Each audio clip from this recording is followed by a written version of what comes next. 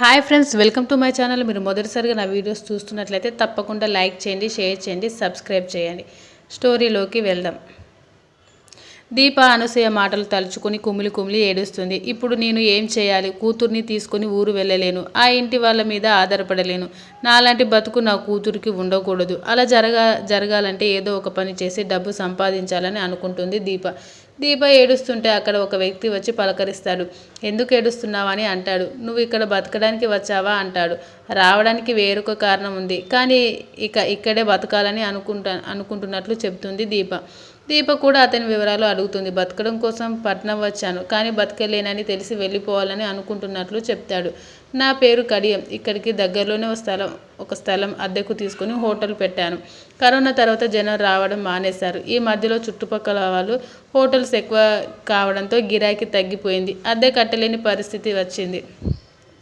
4 నెలల నుంచి ఇంటి అద్దె కూడా కట్టలేకపోతున్నా. అందుకే ఇక్కడ ఉండలేక ధైర్యంగా పారిపోతున్నానని తన కష్టం చెప్పుకుంటాడు.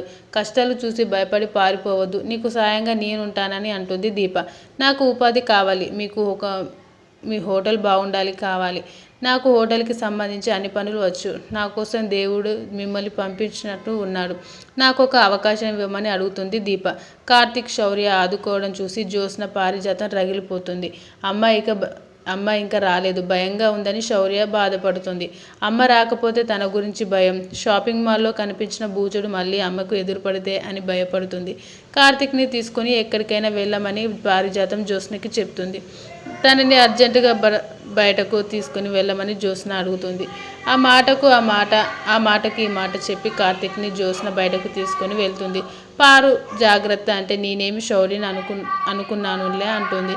నువ్వు కాదు, అది నిన్ను అడుగుతుంది. జో వెళ్ళిపోతూ తమ ప్లాన్ వర్కౌట్ అయిందని కన్ను కొట్టుకుని సైగ చేసుకుని వెళ్ళిపోతాడు. అలా ఎందుకు చేశావని శౌర్య అడుగుతుంది. దీప కడియంతో కలిసి అతని హోటల్ నడిపే దగ్గరకు వెళ్తుంది. జ్యోత్స్నని ఎక్కడికి వెళ్తున్నావని అడుగుతాడు. సరదాగా ఏదైనా కేఫ్కి వెళ్ళి కాఫీ తాగుదామని అంటుంది. ఎప్పుడు కాఫీ అయినా రోడ్డు మీద కాక హోటల్లో టీ తాగుదామని అంటాడు. అప్పుడే కడియం హోటల్లో టీ పెడుతుంది. దారిలో ఏదైనా టీ సెంటర్ ఉంటే ఆపుతాను, అక్కడ టీ తాగుదామని చెప్తాడు. సరిగ్గా కార్తిక్ వాళ్ళ టీ తాగడం కోసం ఆ కారు అక్కడే ఆపుతాడు. టీ తాగడానికి రమ్మంటే జ్యోత్స్న రానని చెప్తుంది. కార్తిక్ కారు దిగి అక్కడ దీపం ఉండటం చూసి ఆశ్చర్యపోతాడు. దీప కార్తిక్కి టీ ఇస్తుంది. దీపం వైపు కార్తిక్ కోపంగా చూస్తాడు. టీ ఎలా ఉందని కడియం అంటే బాగుంది, చాలా బాగుంది, కొత్తగా ఉందని అంటాడు. టీ మా దీపమ్మ పెట్టింది. ఇవాళే ఓపెన్ చేశాం. రేపటి నుంచి అన్నీ ఉంటాయి, రమ్మని అంటాడు. మీరు ఇక్కడ పని చేస్తున్నట్టు ఇంట్లో వాళ్ళకి తెలుసా అని దీపని అడుగుతాడు. తెలుసు, మా తాతగారి ఇంట్లో ఉంటుందని చెప్తాడు. ఇంత గొప్ప వాళ్ళ ఇంట్లో ఉంటూ పనికి వచ్చావేంటని కడియం అడుగుతాడు. నా కాళ్ళ మీద నేను నిలబడటానికి అంటుంది. టీ తాగి రావడానికి ఇంత టైమా అని జ్యోత్స్న కార్తిక్ని పిలుద్దామని వెనక్కి తిరిగి చూస్తుంది. దీప కార్తిక్ని చూసి ఆశ్చర్యపోతుంది. నీకు టీ తాగాలనిపించడానికి కారణం ఇదా? కారులో నన్ను కూర్చోబెట్టి దీపతో టీ తాగుతూ కబుర్లు చెప్తున్నావా? నేనంటే నీకు ఇంత నిర్లక్ష్యమా? దీపకున్న విలువ కూడా నాకు ఇవ్వట్లేదు. నాకు నీ దగ్గర లేదా అని జ్యోత్స్న మండిపోతుంది.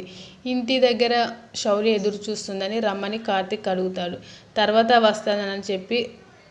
వస్తానని అంటే రౌడీ భయపడుతుందని చెప్తాడు. నేను వెళ్ళిపోతున్నానని రాను అనవద్దు, తప్పకుండా వస్తానని. ఈ రోజు నుంచి నేను ఇక్కడ పని చేస్తున్నానని దీప కడియం బాబాయ్కి హామీ ఇస్తుంది. కార్తిక్ కారు దగ్గరకు వచ్చి చూసేసరికి కారులో జ్యోత్స్న ఉండదు. కార్తిక్ జో కోసం వెతుకుతాడు. అక్కడితో నేటి సీరియల్ అయిపోయింది. Thanks for watching this video. Please subscribe my channel.